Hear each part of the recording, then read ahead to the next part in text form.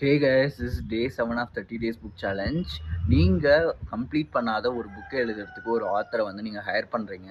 ஆனா, அவங்க உங்கள பத்தி யாருமே தெரிஞ்சுக்க கூடாதுன்னு நெனச்ச சீக்ரெட்ஸ் எல்லாம் ரிவீல் பண்ணா எப்படி இருக்கும்? அப்படிப்பட்ட ஒரு புக் தான் எதுன்னு சொல்லிட்டு பார்த்தீங்கன்னா, கூலின் ஹோவர் எழுதின வெரைட்டி. இதுல பிளாட் என்ன அப்படின்னு சொல்லிட்டு பார்த்தீங்கன்னா, லோவன் ஒரு ஸ்ட்ரக்லிங் ரைட்டர். அவங்களுக்கு வந்து ஒரு பெரிய ஆஃபர் பெஸ்ட் செல்லர் புக்ஸ்லாம் எழுதின வெரைட்டியோட லாஸ்ட் பீஸ் ஆஃப் புக்க வந்து கம்ப்ளீட் பண்ணுங்கிற ஆஃபர் தான் அது. ஸோ அந்த ஆஃபர அக்செப்ட் பண்ணிட்டு எக்ஸைட்டடா வெரைட்டியோட ஹவுஸ்க்கு போறாங்க. அந்த ஹவுஸுமே ஒரு பெரிய கேரக்டர் இதுல. ரொம்ப லோன்லியான ஒரு பிளேஸ்ல இருக்கும் அந்த ஹவுஸு.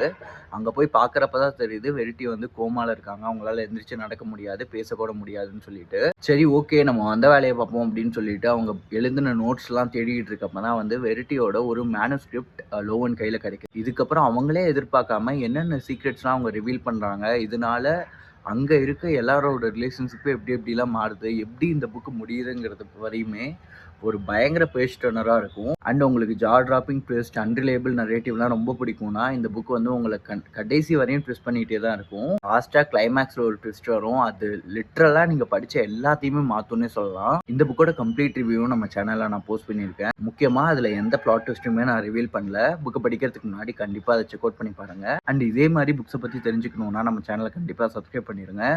நாளைக்கு இன்னொரு புக்கோட பார்க்கலாம். பாய்.